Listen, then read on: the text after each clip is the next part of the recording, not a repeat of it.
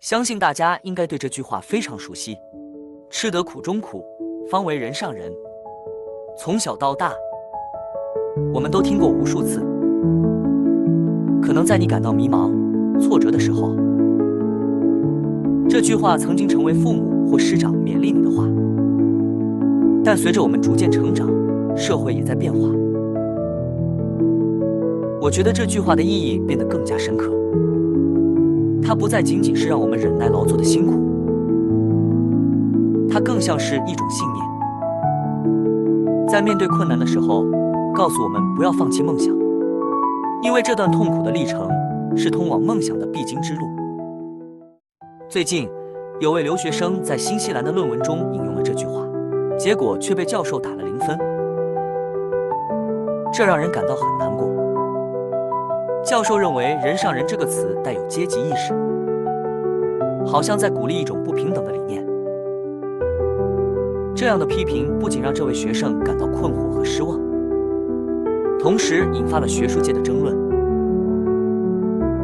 我想，这种误解让人感到无奈，因为教授忽略了这句话背后更深层次的含义。他讲的是挑战自我、超越自我的力量，而非阶级的压迫。当我们面对挫折时，尤其是在自己不确定该如何前行的时候，我们其实需要的不是批评，而是理解和支持。我们每个人都在寻找自己的方向，努力突破自己的界限。对于这位学生来说，他引用这句话的初衷，或许正是想表达对抗现实、追求卓越的决心，而这更是许多文化中共有的价值观。教授如果能够多一些文化敏感度，可能会发现，这句话并不是简单的阶级划分，而是一种对自我挑战的励志之语。这样的误解，真让人感到遗憾。选择正确的方向才是真正的吃苦。在这个日新月异的时代里，我们可能都经历过那种感觉：你工作得很辛苦、很努力，但总觉得进展不大，或者看不到成果。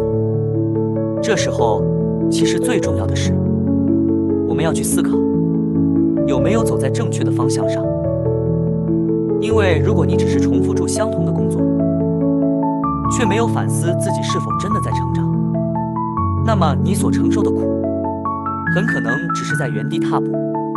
这句话提醒我们要敢于走出自己的舒适圈。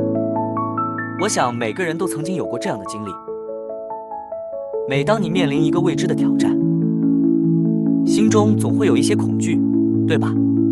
但正是因为这些挑战，才让我们获得成长的机会。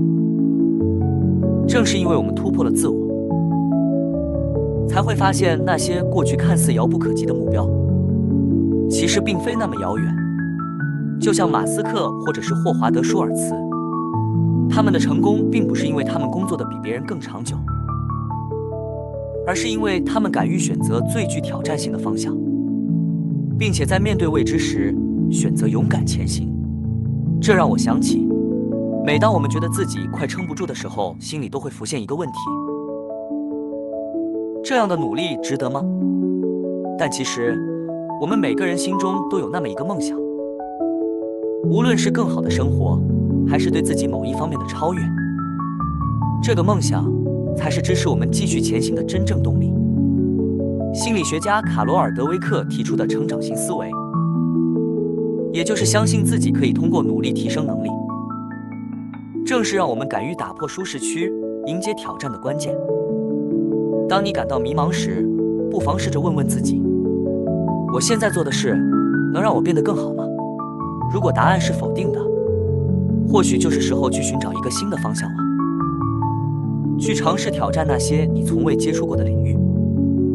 很多人误解吃苦只是单纯的长时间工作，但其实真正的苦来自于你内心深处的渴望，那种对成长、对卓越的追求，才是推动你前进的动力。